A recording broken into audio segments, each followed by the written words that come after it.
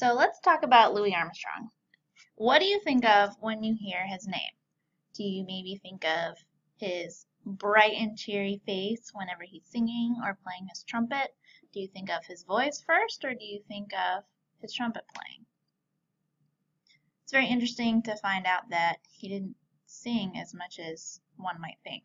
I know that when I think of Louis Armstrong, his face, when he lights up when he sings, is just captivating. I love watching him sing. It just has this happiness character to it that I just love. But it wasn't always that way. And we'll see, talking about Louis Armstrong, that he didn't actually have a life that would warrant being happy and smiling all the time. Louis Armstrong was born in 1901. He is known for impacting most jazz musicians. In fact, musicians of every geographical and racial background could find their own voice because of Louis Armstrong. And he inspired almost everyone, not just in jazz, but in other areas of music as well. So he grew up in this life of poverty. So he was born to an unwed mother who was a teenager, and his father abandoned them. And he lived in this section of town called the Battlefield, which was very unsafe. It was known for lots of violence and crime, prostitution, anything imaginable that space is known for. And he grew up in this town. So he's kind of starting out not having an easy life. And it doesn't really get any easier for him. In fact, he starts working at the age of 7. He's delivering coal to prostitutes using a rag and bone cart. So if you can imagine working at the age of 7 to support your family, it's not really a concept that we're used to nowadays. But from there, he organized a quartet to sing for pennies on the street corner. Any way that he could make a little extra money, he did. In 1913, he was apprehended. He shot some blanks in the air, and because of that, he was sent to a home for boys in New Orleans for 18 months, which one might think that his life's going to go downhill from here, right? That, oh, now that he's sent away, his life is, only going downhill. But instead, this is where he learns how to play music. So it's this divine intervention that kind of turned his life around. So because of all of these events that transpired, he learns music and gets into jazz. So after he gets out of that, he's recruited to play on Mississippi Riverboat excursions. So that is great. He's making some money doing that and being in music. He had to prove he was 18 for his draft card, so he kind of lied about his birth.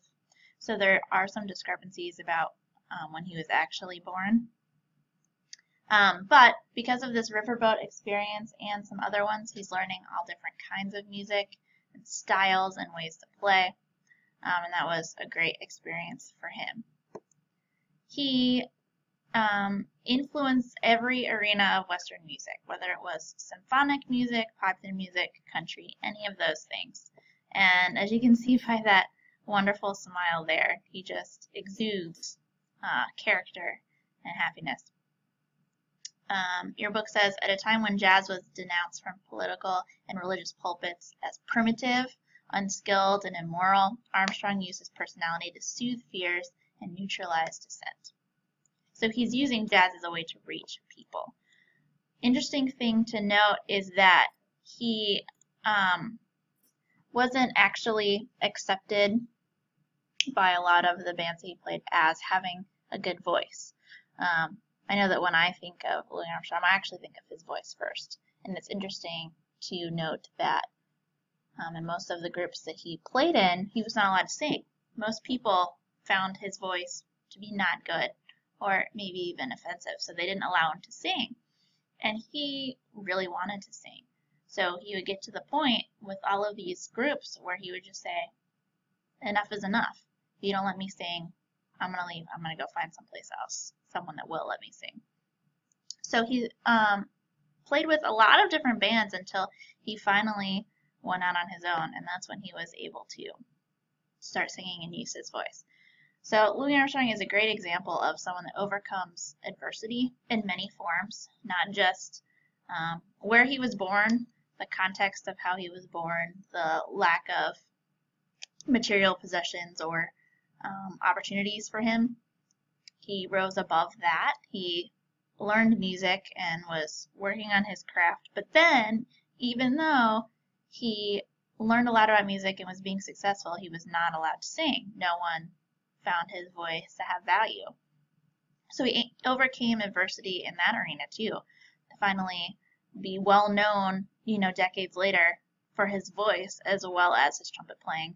And I definitely think that the world would be less for not to have been influenced by Louis Armstrong's voice.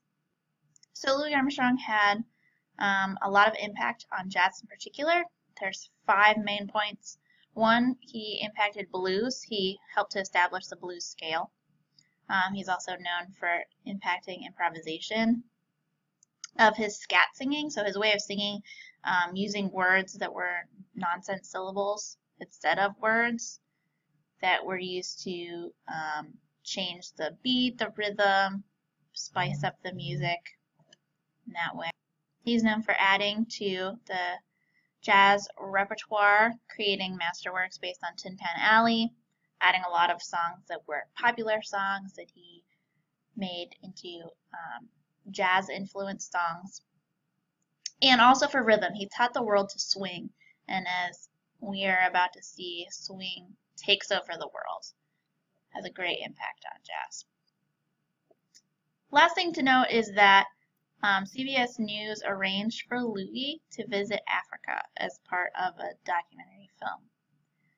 A lot of people came to see him, and it was a very interesting event because Ghana had just received independence, and Louis is struggling with this because how does he fight for civil rights in his own country when Ghana is independent? A lot of interesting things happen with the crowds where he was performing.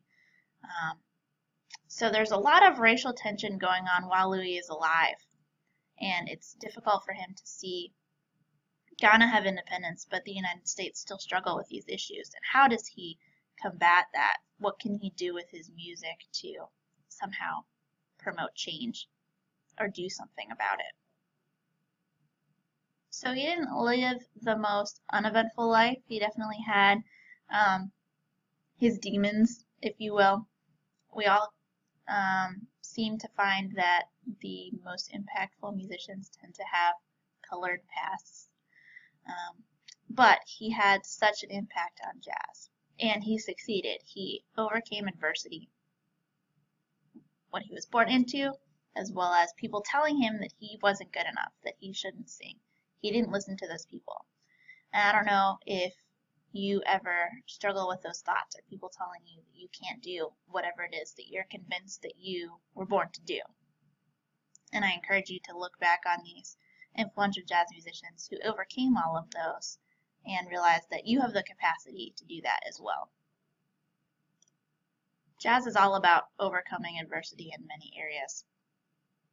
So I'm excited to get into more of those specifics.